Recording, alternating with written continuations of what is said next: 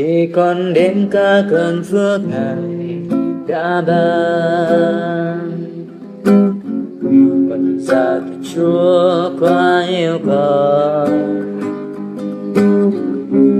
khi con nhớ các công việc là điều tay Chúa làm. Con nhận ra rằng Chúa đang bên con, nhưng chỉ khi con đến chiêm ngưỡng chính Ngài, sự bình an Ngài bao phủ con. Ôi xin cho con trăm xem lời hứa đời đời, cho những ai kính mến Ngài.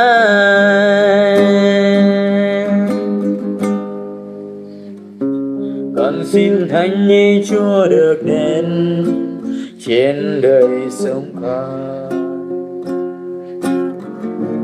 lòng con quyết theo dấu chân Ngài, nguyện giao phó đời sống con trong tay Ngài.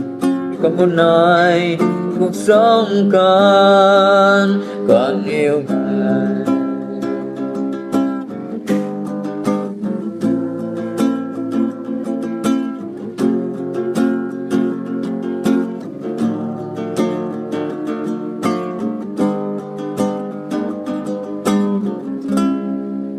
Khi con đến cả cơn phước Ngài đã ban, con nhận ra là Chúa quá yêu con, khi con nhớ các công việc là lưu tay Chúa làm. Con nhận ra rằng Chúa đang bên con, nhưng chỉ khi con đến chiêm ngưỡng chính Ngài, sự bình an Ngài bao phủ con. Ôi xin cho con trăm xem lời hứa đời đời, cho những ai kính mến Ngài.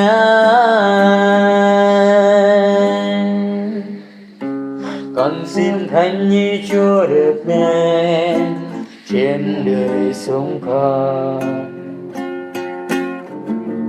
lòng con quyết theo dấu chân Ngài, nguyện giao phó đời sống con trong tay Ngài. Vì con muốn nói bằng cuộc sống con yêu Ngài.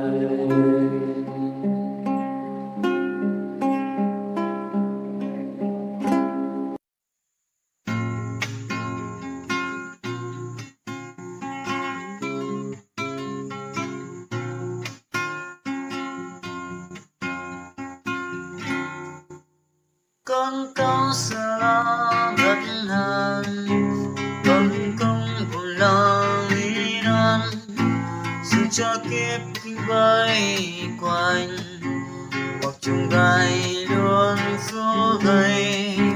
Chúa mãi mãi hàng bên con hoài, con sẽ đứng giờ đây cứu Chúa. Mọi điều Cha vẫn luôn luôn ban phước trong đời, con đây sẽ không sợ chi.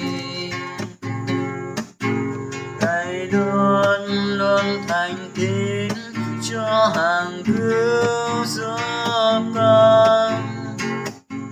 Con xin ghi nhớ Chúa luôn trong đời,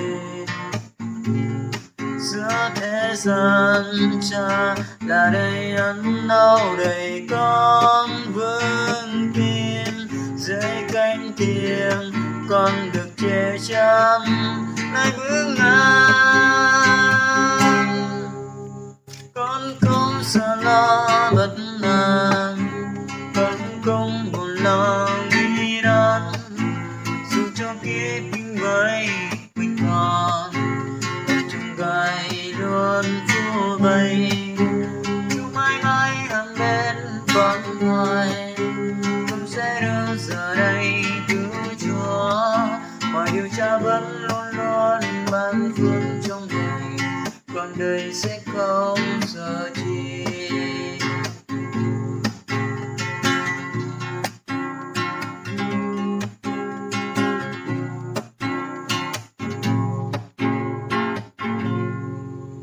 Con không sợ lo bậc lần, con không buồn lo nguy nan, dù cho kiếp kinh vây quanh, trong gai luôn phố vây.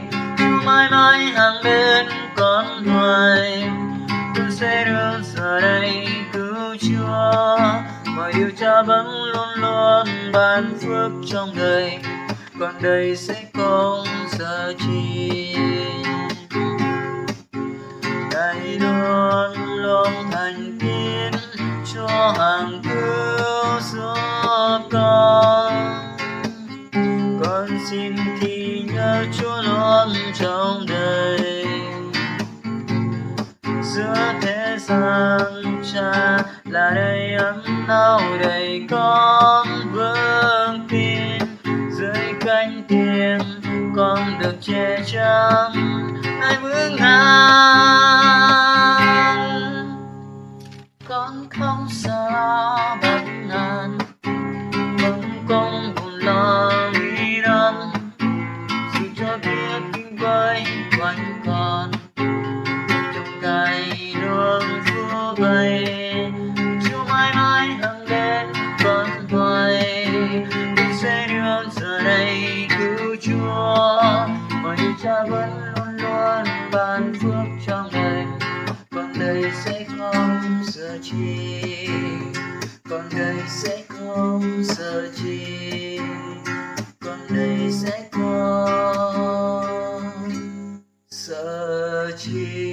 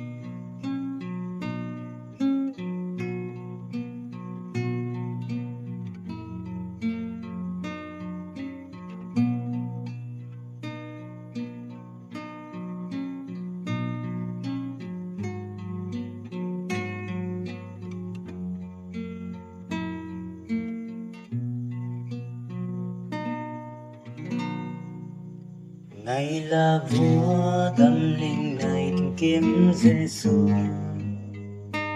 Ngài là Chúa cả cuộc đời làm con hát thiên. Dù trong lúc khó khăn còn sự nặng ở trong cánh tay Ngài, Giêsu ban cho con bình an. Dù sóng gió luôn vây chặt mỗi bước đi, trong tay Chúa chẳng kinh sợ hay lo lắng chi.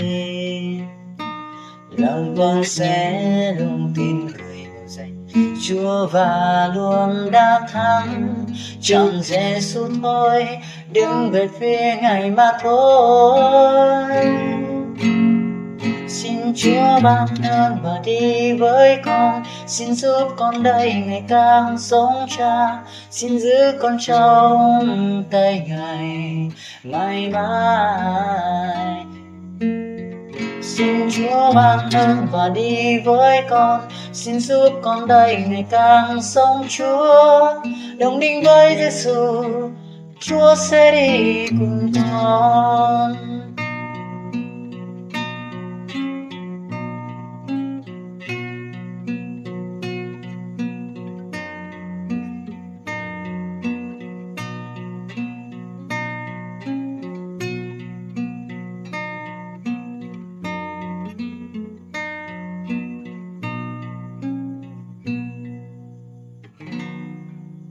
Ngài là vua tâm linh này kiếm Giêsu. Ngài là Chúa cả cuộc đời lòng con hân thiên. Dù trong lúc khó khăn còn sự nặng ở trong cánh tay Ngài, Giêsu ban cho con bình an. Dù sóng gió luôn vây chừng mỗi bước đi, tay Chúa chẳng thể sợ hay lo lắng chi. Lòng con sẽ luôn tin cậy vào danh Chúa và luôn đã thắng. Trong Giêsu thôi, đứng về phía Ngài mà thôi. Xin Chúa ban ơn và đi với con, xin giúp con đây ngày càng sống Cha, xin giữ con trong Ngài mãi mãi. Xin Chúa ban ơn và đi với con, xin giúp con đây ngày càng sống Chúa, đồng đinh với Giêsu, Chúa sẽ đi cùng con. Xin Chúa ban ơn và đi với con, xin giúp con đây ngày càng sống Cha, xin giữ con trong Ngài mãi mãi. Xin Chúa ban ơn và đi với con, xin giúp con đây ngày càng sống Chúa, đồng ý với Giêsu, Chúa sẽ đi cùng con. Đồng ý với Giêsu, Chúa sẽ đi cùng con.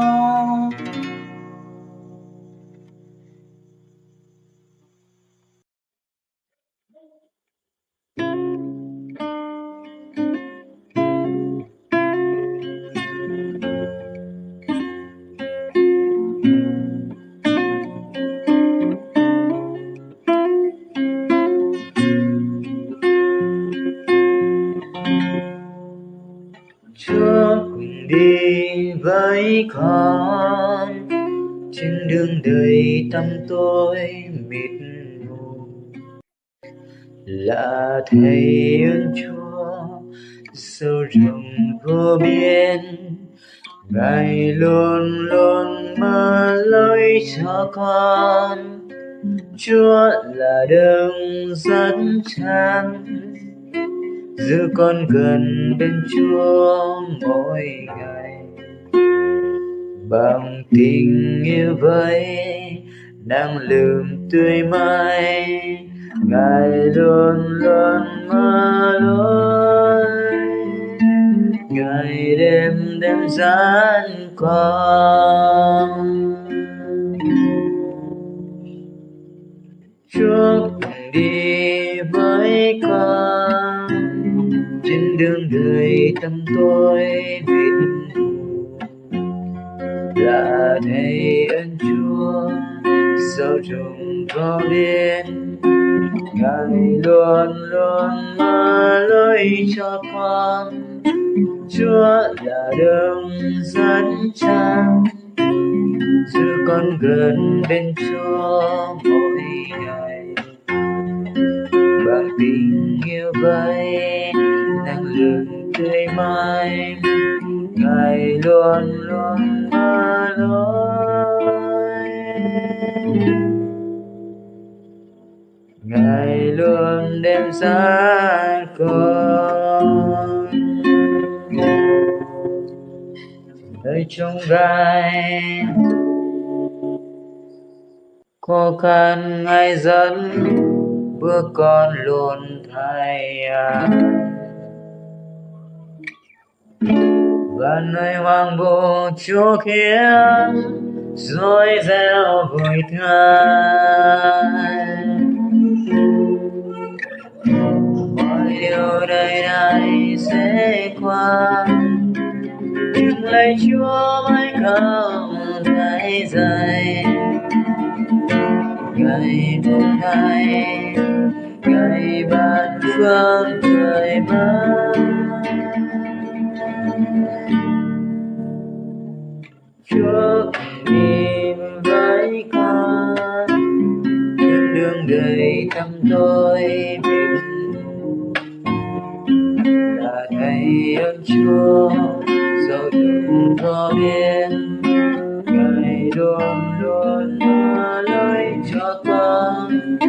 Chúa là đường dẫn trang giữ con gần bên Chúa mỗi ngày bằng tình yêu vây năng lượng tươi mãi. Ngài luôn luôn mở lối, Ngài đêm dẫn dắt con.